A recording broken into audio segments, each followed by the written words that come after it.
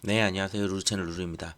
오늘 시황을 좀 말씀을 드릴 거고, 우선 미장부터 볼게요. 미장 같은 경우는 앞전에 연간 고점이었었던 자리를 지금 거의 다 따라왔어요. 그러다 보니까 한 번 더 쳐서 이걸 갖다가 강하게 돌파를 하려면은 뭔가 재료가 필요해요. 다음 주 이제 오는 게 CPI 그리고 FOMC 이렇게 두 가지가 있죠. 자, 그 부분에서 좀 괜찮게 돌파가 나온다라면은 이제 산타랠리로 넘어갈 수가 있겠고, 만약에 그게 아니다, CPI나 뭐 이제 FOMC에서 생각과 다른 방향으로 나온다라고 했을 때는 쌍봉 맞는 모습으로 해서 좀 빠질 가능성이 좀 있어 보여요. 그래서 지금은 뭐 강하게 올라간다라고 베팅하기는 좀 어렵지 않을까. 약간은 좀 이제 슬슬 좀 조심해야 되는 약간 그런 자리라고 좀 보여집니다. 국장도 비슷하게 보면은, 국장 같은 경우에는 이 구간에 좀 들어와야지 좀 시장이 전부 다 좀 강하게 좀 움직일 수 있다라고 말씀을 드렸는데, 아직까지도 솔직히 이 구간에 못 들어왔어요. 위에서 내려오는 고점 그리고 고점, 자, 이 고점을 맞고 다시 또 빠졌죠. 거의 지난주 내내 빠지다가 금요일날 살짝 들어 올리긴 했어요. 금요일날 좀 들어 올렸는데 뭐 외국인하고 기관 수급으로 들어 올렸으니까 다행이라고 보여져요. 그래서 여기서 더 추가로 움직여 주는지 이 부분만 좀 확인하면 될 것 같아요. 근데 뭐 미증시가 좀 안 좋게 무너진다라고 하면은 솔직히 여기를 돌파하기보다는 여기서 다시 꼬꾸라질 가능성이 있겠죠. 그래서 이 박스권을 유지해 주는지, 만약에 꼬꾸라지더라도 이 박스권에서 움직이면서 옆으로 좀 횡보하는 움직임이 이어가 주는지 그 정도만 좀 체크하면 될 것 같습니다. 증시 자금을 보면은 대략 지금 이제 한 48조 원 정도 있어요. 뭐 47조 원, 47조 원 계속 걸어다가 48조 원 조금 늘어나는 모습인데 뭐 크지 않으니까 뭐 크게 의미 둘 건 없을 것 같고요. 신용잔고도 뭐 조금씩 늘어서 17조 정도 이렇게 움직이다가 17조 3천 정도, 3천억 정도 좀 늘어나는 모습. 근데 뭐 예탁금이 좀 늘었으니까 뭐 이 정도 는 거는 뭐 크게 문제라고는 안 보여져요. 그래서 이것도 크게 문제될 건 없어 보이고, 최근 수급을 보면은 어 일주일 동안 수급을 보게 된다면은 외국인 같은 경우에는 양호하게 들어왔어요. 하루 빼고는 나머지는 전부 다 이제 매집하는 모습이었거든요. 자, 그렇다고 뭐 지수가 강하게 올랐느냐? 그건 아니잖아요. 그러니까 평이하게 움직이는 이 박스권 안에서 어쨌든 외국인의 매집이 보여졌다라는 건 긍정적으로 보여져요. 근데 뭐 강하게 못 올라가는 거죠 지금. 자, 그리고 기간 같은 경우도 일주일 보게 되면은 뭐 2천억 날리고 1천억 날렸지만 전체적으로 보면은 어쨌든 매집은 이어가고 있습니다. 자, 그리고 코스닥 같은 경우는 계속 평이하게 조용하게 움직였었는데 자, 금요일 날 좀 강하게 외국인하고 기관이 좀 들어오면서 들어 올리는 모습이 좀 나왔어요. 자, 그래서 21선 지켜주는 모습이고, 코스닥 같은 경우는 요 라인이에요. 결국은 여기가 고점이었었고 여기가 고점이었었고, 자, 고점이었었고 이번에 만약에 움직이면서 고점을 또 돌파를 하는지 아니면은 찍어 누르는지 다시 그러한 모습 보면 될 것 같습니다. 하지만 이제 고점은 계속 이렇게 작용이 되고 있는데 저점은 아래에서 조금씩 올라가는 모습이죠. 저점이 한 번씩 눌린 다음에 올리고 눌린 다음에 올리고, 그래서 저점이 꾸준히 올라가는 모습은 양호해요. 그래서 이 삼각형을 만든 다음에 여기서 돌파가 나오는지 그 정도 봐주시면 될 것 같고요. 자, 선물 같은 경우도 뭐 이제 외국인 같은 경우는 좀 강하게 들어왔어요. 이 1,500억짜리 하나 빼고는 계속 꾸준하게, 그리고 금요일 같은 경우는 선물도 좀 강하게 들어오면서 금요일 시장을 들어 올렸다라고 볼 수 있습니다. 6천억 정도 강하게 좀 들어왔고, 기관이 뭐 날렸지만 외국인이 전부 다 받아내면서 추가로 더 받아가는 모습. 그래서 금요일 날 좀 장세를 갖다 좀 돌리는 모습이 있었어요. 그 전까지는 계속 눌리는 모습 계속 이어갔었는데 금요일 날 좀 장세를 이어갔다. 그래서 장세의 방향을 좀 바꿔주긴 했는데 이대로 다음 주에 내용들이 좀 괜찮게 나오면서 추가적으로 좀 강하게 상승으로 완전히 전환을 시키는지 그 정도 봐주시면 될 것 같습니다. 뉴스를 보게 되면은 지난주는 거의 다 그거였죠. 봐야 될 거는 고용지표밖에 없다고 말씀을 드렸어요. 우선 한 화요일부터 해가지고 이제 막 뉴스가 나오기 시작했는데, 그때부터는 이제 고용지표들이 뭐 강한 건 없었어요. 자, ADP가 이제 발표한 민간 고용이 예상치를 갖다 밑돌면서 고용 시장이 빠르게 둔화하고 있다. 빠르게 둔화를 한다면은 당연히 금리 인상 가능성을 갖다가 예상을 하면서 시장을 원래 강하게 들어 올렸어요. 예전 같았으면은. 근데 시장이 이미 미증시는 아까 봤듯이 이미 어느 정도 올라와 있는 상태다 보니까 계속 이렇게 둔화의 지표가 나오면 이거 침체 아니야? 이거 경기 이거 끝난 거 아니야? 약간 이러한 스탠스로 지금 움직였거든요. 그러니까 시장이 바닥에 있을 때는 이렇게 둔화가 나오면은 시장은 와 하고 환호를 하면서 올라가요. 근데 이미 어느 정도 올라와 있기 때문에, 그리고 고용 데이터가 너무 계속 안 좋다 보니까 이러면은 이거는 경기 침체로 가는 것 같다. 그러 경기 침체로 가면서 금리 인하를 하는 거는 좋은 방향은 아니죠. 자, 그러다 보니까 그 해석 때문에 강하게 오르는 모습은 딱히 없었습니다. 그래서 오히려 반대로 나스닥 같은 경우에 빠졌죠. 그러니까 고용 둔화가 나왔는데 나스닥이 빠진 거예요. 그러면은 반대인 케이스가 나왔을 때 어떻게 움직이는지 봐야 됐었는데 그게 금요일 날 나왔어요. 금요일 전에 또 나왔었던 게 ADP 말고 졸츠가 있었죠.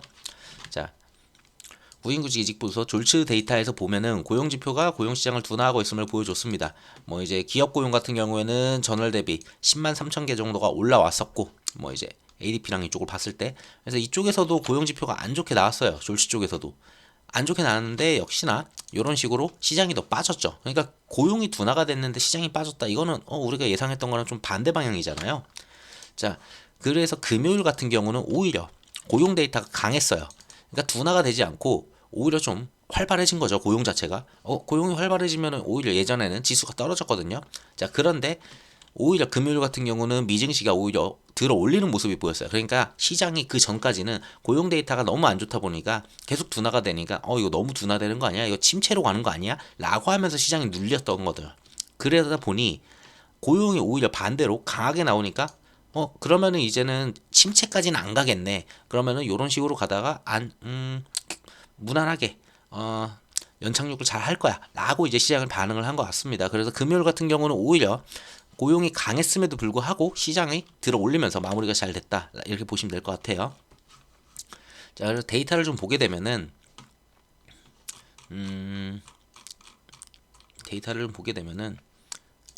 이게 취소가 됐네. 자, 금요일 데이터 한번 보면 될 것 같아요. 금요일 같은 경우에 고용 데이터는 좀 강했어요, 확실히. 자, 비농업 지수에서 보게 되면은 18만 명을 갖다 예상을 했는데 19만 9천이 나왔죠. 그러니까 고용이 굉장히 활발해졌다라고 보여지고, 그리고 중요하게 봤었던 게 매번 말씀드리지만 평균 시간당 임금 이게 좀 계속 빠져줘야지 그래야지 인플레가 좀 막히는데, 자, 0.3을 갖다가 예상했는데 0.4가 나왔어요. 오히려 더 올라갔죠. 시간당 임금이 더 올라간 거예요. 그리고 4%를 예상했는데 4%가 나왔지만, 자, 이거보다 줄었어야 되는데 오히려 그 전달도 4%, 예상치도 4%, 4%. 이제 여기서는 더 안 주는 거 아니야? 시간당 임금 자체가 더 이상 안 줄 수도 있겠네. 이 끝난 거 아니야? 라고 이러한 반응들이에요. 자, 그리고 실업률 같은 경우 보더라도 3.9%를 예상했는데 3.7%로 오히려 실업이 더 줄었어요. 그만큼 고용이 더 잘 됐다. 약간 이러한 모습이죠. 그래서 이 데이터는 고용이 굉장히 강하게 나왔어요. 강하게 나왔으면 시장은 원래 무너졌어야 되는데 오히려 상승을 했다? 그거는 앞전에 모든 다른 고용 데이터에 따라서 움직였었던 미 증시를 봤을 때는 침체를 예상을 했었던 시장으로 이제 좀 눌리기 시작했는데, 오히려 이렇게 나오면은 고용이 그래도 아직은 살아있네. 그러면은 완전히 침체로 갈 가능성은 낮아라고 생각하면서 오히려 반대로 움직이는 그런 모습이었던 것 같아요. 자, 이스라엘로 좀 넘어가 볼게요. 이스라엘 같은 경우에는 그 휴전이 좀 마무리가 된 다음에 계속 공격을 하고 있고 좀 강하게 공격하는 모습이에요. 작전 같은 지금 하마스가 어느 정도 좀 무너지고 있다고는 들려져요. 그래서 작전을 이제 한 3, 4주 정도 더 이어질 거다. 이 정도면은 거의 마무리가 되지 않을까라고 좀 보고 있는 것 같습니다. 뭐 이대로 계속 3, 4주 동안 공격을 하는데 중요한 건 그거죠. 확전이죠. 옆에서 이제 확전이 되느냐 안 되느냐 이 차이예요. 그러니까 확전이 일어나가지고 뭐 이제 이란이 이제 좀 들어온다. 뭐 다른데 뭐 헤즈볼라 조금씩 건드리고는 있는데 거기부터 이제 커지면은 그것도 문제지만 헤즈볼라급이 아니고 이란 자체가 이제 움직인다. 그랬을 때는 좀 크게 확전이 될 가능성은 있어요. 그러면은 시장을 무너뜨릴 수 있겠지만 그러한 모습은 아직 안 나오고 있거든요. 그래서 아직까지는 좀 더 지켜볼 만하다. 그래서 이스라엘 같은 경우에는 1월 말까지 공격을 좀 진행을 해서 그때까지 전부 다 이제 마무리를 하는 쪽으로 이제 목표를 잡고 있다고 합니다. 그 전까지만 확전만 없으면은 잘 마무리가 되지 않을까 싶고요. 그리고 바이든 같은 경우도 지금까지는 이제 유대인이나 이쪽 너무 한쪽을 편들 수가 없다 보니까 뭐 강하게 막 지지하고 이런 거는 이제 좀 약간 쉬어가는 그런 모습이었는데 이번에 이스라엘에 이제 탱크 포탄을 지원하는 걸 갖다가 의회 승인을 건너뛰고 이제 좀 시급하게 지원을 해야 된다라고 이야기를 하면서 바로 보내는 그런 모습이에요. 결국은 지지율을 생각하기 때문에 지지율이 지금 트럼프가 좀 더 강하거든요. 자, 그러다 보니까 바이든 같은 경우는 뭔가를 저렇게 세게 한쪽으로 몰고 가기가 또 어려워요. 그럼에도 불구하고 지금 바이든이 저렇게 포탄을 갖다가 급하게 주는 거는 빠르게 하마스 쪽을 갖다가 빠르게 끝낼 수 있다라고 생각을 한 것 같아요. 그래가지고 한 달 안에 정말 제대로 밀어붙여가지고 저기서 이제 종료를 시켜버리고 싶은 그런 모습이라고 전 보여집니다. 그래서 지금 지지율은 좀 낮지만 빨리 한 달 안에 저걸 갖다 끝내버려야지. 그리고 뭔가 중동의 평화를 다시 한번 만들어주는 모습을 만들어서 다시 한번 재선을 한번 해보자. 약간 이러한 모습이라고 보여집니다. 지금 현재로서는 좋은 선택은 아닌 것 같은데 지지율에는 근데도 저러한 포탄을 갖다 주는 저런 모습을 봤을 때는 빨리 끝내려는 그런 모습이 아닐까 생각이 들어요. 자, 그리고 대만 쪽도 이제 좀 있으면 선거죠. 대만 이제 총통 선거가 있는데 친중과 친미예요. 보게 되면은 자 40.1%가 이쪽이 지금 여당이고요. 그리고 30.6% 이게 이제 야당이죠. 그리고 이게 제2야당. 그래서 지금 시장에서 보는 거는 이대로 그냥 3명이서 계속 올라가지고 했을 때는 당연히 친미 이쪽에서 당연히 승리를 다시 한번 여당이 또 한번 거둘 가능성이 높다라고 보고는 있습니다. 근데 여기도 역시나 우리 쪽이랑 비슷하죠. 단일화 이야기가 계속 오고 가고는 있어요. 이게 협상이 결렬되긴 했는데 단일화가 될지 그 부분이 좀 중요할 것 같아요. 그래서 단일화가 된다라고 하면은 자 어느 정도 좀 더해졌을 때는 이제 좀 다시 비벼볼 만하지 않을까 이런 생각이 들어요. 그래서 내용을 봤을 때는 만약에 이게 중으로 갔을 때는 시장이 조금 이상한 방향으로 갈 수도 있어요. 지금 현재 기존 그대로 친미 방향으로 계속 간다라면은 뭐 큰 문제는 없겠죠. 근데 뭔가 친중으로 바뀐다 대만이 그랬을 때는 뭔가 세계적으로 봤을 때 뭔가 막 이슈가 좀 많이 터지지 않을까. 다행히 이쪽에선 전쟁이나 이런 내용은 없어지겠죠. 친중으로 갔을 때는. 자, 그 정도 내용이 있다 이렇게 보시면 될 것 같아요. 여기도 단일한 내용이 있나? 단일한 내용이 있었네요. 단일화가 어쨌든 자 무산이 됐어요. 그래가지고 추가로 단일화가 더 된다라고 어떻게 보는지 모르겠지만 그 방향으로 가는지 그 정도만 봐주시면 될 것 같아요. 그래서 여기는 선거는 사실상 미국이랑 중국의 대리전이라고 이렇게 볼 수가 있겠죠. 그리고 중국에서 또 이제 내용 나왔었던 거는 주중에 이제 무디스가 중국 신용등급 전망을 갖다가 부정적으로 이제 강등을 했습니다. 강등으로 이제 안정적에서 부정적으로 이제 낮췄고 그 이유는 지방정부 지원 때문에 국채 발행이 너무 많다. 그래가지고 그리고 과도한 부양책으로 적자가 너무 급증을 하고 있다. 자, 과도한 부양책 여기까지는 전 괜찮다고 봐요. 뭐 시장이 너무 안 좋고 돈을 못 쓰니까 그럼 당연히 돈을 갖다 불려가 돈을 쓰게 해주면은 괜찮아요. 그래가지고 시장만 살아난다면은 시장에 돈이 돌기 시작하면은 그러면은 저는 이 부양책도 성공한 부양책이라고 봅니다. 거기에다 부동산 경기 겹체가 이제 악순환이다. 자, 이런 식의 내용들 때문에 부정적으로 바꿨는데 자 저렇게 돈을 불렸는데 소비자 물가가 이제 3년 만에 최대 폭으로 이제 좀 하락하는 모습이 있었어요. 자. 11월 CPI가 전년 대비 0.5%가 내렸어요. 미국은 오히려 CPI가 내리면 좋지만 중국 같은 경우에는 돈을 안 쓰니까 물가 인상이 막 그렇게 세지가 않아요. 물가 인상률이 세지가 않다 보니까 그 얘기는 사람들이 돈을 막 써야지 물건이 없고 그러면 인플레이션이 올라가면서 CPI가 올라가는데 오히려 중국은 계속 CPI가 내려가고 있어요. 그리고 소비자 물가가 이렇게 내려간다는 건 사람들이 돈이 안 든다는 거거든요. 결국은 디플레로 가는 거고 디플레 압력이 계속 증가가 되고 있어요. 그리고 생산자 물가도 14개월 연속 감소세. 생산자 물가도 이게 올라가야지 사람들이 막 나도 살래 해야지 생산자 물가도 올라가거든요. 원가도 막 올라가고 자 그런 부분이 없다. 그러니까 이쪽은 지금 거의 완전 침체로 계속 가는 그런 모습이에요. 그 침체를 갖다 막기 위해서 부양책을 계속 써주는 건데 그 부양책 효과가 나타나지 않고 있는 것 같아요. 그 정도로 좀 봐주시면 될 것 같고요. 자 그리고 국장에서는 금요일날 뉴스가 하나 떴었죠. 자, 대주주 기준으로 이제 10억에서 30억으로 이제 상향을 검토한다. 대주주가 이제 10억이 넘었을 때는 이제 연말 되면은 대부분의 사람들이 세금을 내지 않기 위해 가지고 10억 아래로 전부 다 떨구거든요. 자, 그 매도가 나오지 못하도록 30억으로 이제 상향을 검토하는 내용이 금요일날 뉴스가 좀 붙기는 했었어요. 근데 금요일날 뉴스가 다시 삭제가 됐다가 어제부터 해가지고 다시 뉴스가 또 조금씩 올라왔거든요. 다시 상향 30억으로 상향 검토한다는 내용들이. 자, 그래서 이게 어제 뉴스인 것 같아요. 자, 결국은 이제 국회나 여론이 이제 좀 이제 관건이다. 이게 부자 감세로 할 건지. 근데 또 총선을 앞두고 있기 때문에 이걸 갖다가 강하게 막을 수 있을까라는 생각도 들기는 해요. 그래서 이게 잘 풀려가지고 30억으로 상향 검토가 된다, 상향이 된다라고 했을 때는 국장에서 작년처럼 이제 막 10억 대주주 물량들이 이제 나오는 그런 모습들은 좀 피할 수 있겠죠. 그 정도 좀 봐주시면 될 것 같고 그리고 지금 공매도가 없다 보니까 이것까지 이루어진다면은 뭐 미증시가 무너지더라도 그렇게 세게 무너지진 않을 거라 봐요. 국장도 어느 정도 버틸 수 있지 않을까 이런 내용들만 좀 붙어준다면 그렇게 보여집니다. 다음 주 봐야 되는 내용은 결국은 FOMC랑 CPI 이 두 가지만 보시면 돼요. 뭐 나머지는 그냥 안 봐도 된다라고 이제 볼 정도로 워낙에 강한 재료들이 이렇게 두 개가 지금 같이 물려 있습니다. 화요일하고 목요일이고요. 자 여기서 나오는 내용에 따라서 시장에 지금 이제 방향을 바꿔줄 거예요. 아까도 말씀드렸지만 나스닥 같은 경우는 보시다시피 지금 전 고점을 갖다가 지금 앞두고 있어요. 그래서 이 전 고점을 돌파를 할 건지 아니면 여기서 쌍봉 맞고 그냥 눌릴 건지 이 방향을 갖다 지금 보여줄 만한 데이터들이 지금 기다리고 있죠. CPI랑 FOMC. 자, 그래서 얘네들이 움직여준다면 당연히 국장 같은 경우는 아까 말씀드렸다시피 국장도 자, 국장 같은 경우도 자, 이 구간으로 들어갈지 아니면 여기서 이 저항 맞고서 다시 또 눌리는 그런 모습으로 갈지 그 구간에 지금 위치하고 있다 이렇게 보시면 될 것 같습니다. 그래서 다음 주 내용들이 좀 많이 중요하고요.